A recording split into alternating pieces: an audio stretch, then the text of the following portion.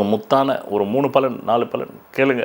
கடந்த 11 நவம்பர் 2025 14 ஜனவரி 2026 வரலும் அந்த 11 நவம்பருக்கு முன்னாடியாவது கொஞ்சம் காசு பணம் கேட்ட இடத்துல கிடைச்சிக்கிட்டு இருந்தது, கடன் ரொட்டேஷன். ஆனால் 11 நவம்பருக்கு அப்புறமா ஒருத்தனும் கொடுக்க மாட்டேன்றான். யாருக்கிட்டையும் போய் காசு கேட்க முடியல. கேட்டாலும் இல்லைன்றான். இல்லை ஏன்பா நான் கொடுத்தது முதல்ல கொடுப்பா அப்புறம் தரேன், அப்படி தான் இருக்குது.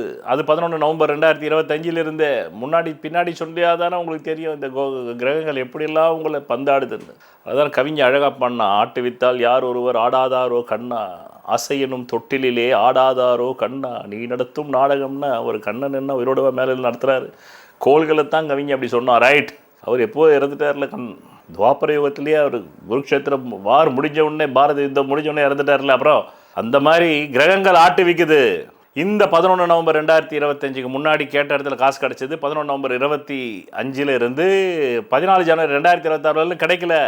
பிறகு 20 டிசம்பர் 2025 12 ஜனவரி 2026 ஒரு பெருங்கொண்ட கடன் வாங்குறீங்க. 6ன்ற தொகை 6000, 60,000, 6 லட்சம், 60 லட்சம் அந்த அளவுக்கு கேட்குறீங்க. ஆனால் 6ல் தான் கிடைக்குது.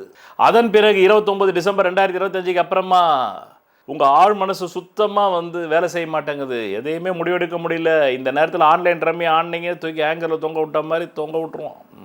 எல்லா பணமும் போய்டும். எச்சரிக்கையாக இருக்கணும். சொத்து கூட கொண்டு போய் விட்டுருவீங்க ஆன்லைன் ரம்மியில். இப்போல்லாம் அதில் தான் நிறைய பேர் விடுறாங்க. திடீர்னு கேட்டாக்க நேற்று ஒரு தூக்கம் இன்றைக்கி ஒரு தூக்கம் கேட்டால் ஆன்லைன் ரம்மிங்கன்னு பேப்பரில் வந்துக்கிட்டே இருக்குது. எச்சரிக்கையாக இருக்கணும். அதனால் share business, online, Gamble, lottery ticket இதிலெல்லாம் பணம் வரத்துக்கு வாய்ப்புகள் மிக மிக குறைவு. 29 டிசம்பர் 2025 12 ஜனவரி 2026 வரலும். பிறகு மொத்தத்தில் இந்த மாதம் அடிப்படை ஜாதகத்தில் தனயோக திசாபுக்தி வந்தவங்க தப்பிச்சிங்க. மற்றவங்க விழிப்புணர்வாக இருந்து தற்காத்து கொள்ள வேண்டும்.